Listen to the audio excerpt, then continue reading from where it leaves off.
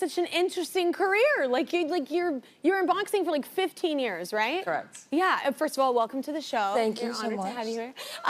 But also, then, how did this start? How did you start boxing? Why was that a thing for you? Well, you know, I'm one of 5 children, and I have 2 older brothers. I know we were talking about siblings earlier. Yeah. And I've always been really sporty as a kid, basketball, softball.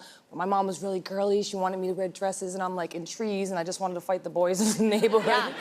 But boxing wasn't something that nobody did in my family or anything, and I just really liked the solo aspect of boxing. It kind of found me. Yeah. And I needed somewhat of an outlet going through some things as a kid, and then I got my butt whooped my first fight, my first amateur fight, and it was one of those things, do I say this isn't for me, or I wanted to see how does that not happen again, so I just honed in on it and wanted to just become the best I could. Yeah, you're badass. Thank you. Yeah. Thank you. How did it go from boxing to acting? Like, what did you always kind of have a dream for that, like secretly? You know, I've been asking myself this question a lot, like, how did this happen? I really don't know. It just kind of happened. I mean, those are the best things, though, that it just organically happens in life. Yeah, I mean, I'm really artistic. You know, I played the violin when I was 9 years old, come from a musically inclined family, and it was like something that I wasn't like, I want to grow up and I want to be in Hollywood. It was like, that'd be kind of cool. I want to kind of try it one day. But I did have this like thing that I used to do with my mom when she'd come home. I'd like play around with like her like dresses and stuff like that and come up with these characters. Yeah. And like I had these specific characters. And I would just entertain my family all the time. But I'm like, you know, maybe one day it will find me. If it's meant for me, it'll find me. And then it found me. Yeah. It found me.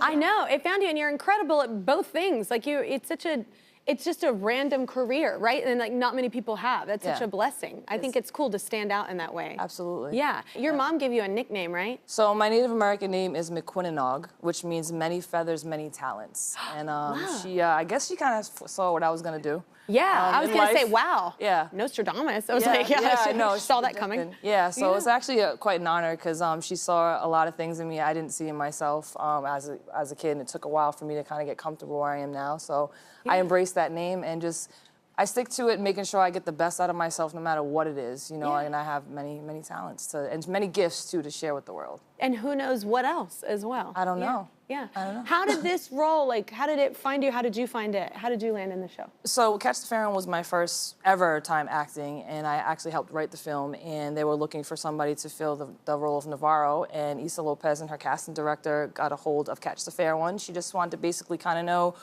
how I started, what my process was. Issa involves murdered women in a lot of her work because she's from Mexico City, so there's a lot of that epidemic going around. So we kind of collaborated and just had a conversation on what we did with Catch the Fair One and what she does in her work. Yeah. And I auditioned for it, and it was another thing where I was like, if it's meant for me, it'll happen. I actually wrote, funny story, I will get the part of Evangeline Navarro in True Detective Night Country over and over in my notebook, and then I got the call. Project that. Yes, man. Yeah. Yes, man. Exactly. Yes, absolutely. Oh my God. Well, how has being on the show helped you highlight what's happening with Indigenous women? Because I had no idea until I saw this movie. I can't remember the name, but Jeremy Renner was in it. And Wind River. Wind River. I had no idea, and it broke my heart. At the end of the movie, they put like, this really is happening, and I was like, wait, what? And it's such a lot of people don't know. They're just disappearing. Yes. These women are disappearing. Like, how do you feel like your success is obviously had an impact on the community, right? I would like to think so. I mean, with my boxing career, I did my best to just bring awareness to missing and murdered Indigenous people, or MMIW.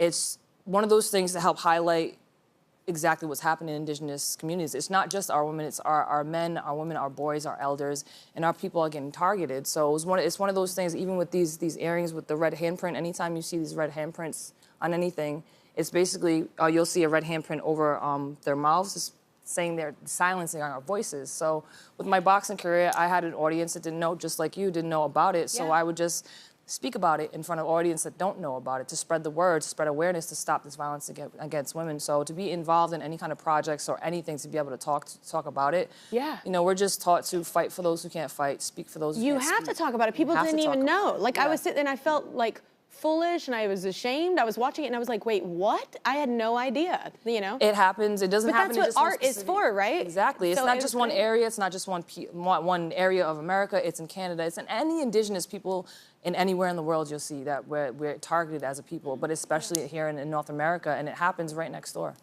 Yeah, so I'm glad you're using your spotlight Yes, for that. It's absolutely. important. Well, everybody, be sure to check out True Detective Night Country on Max.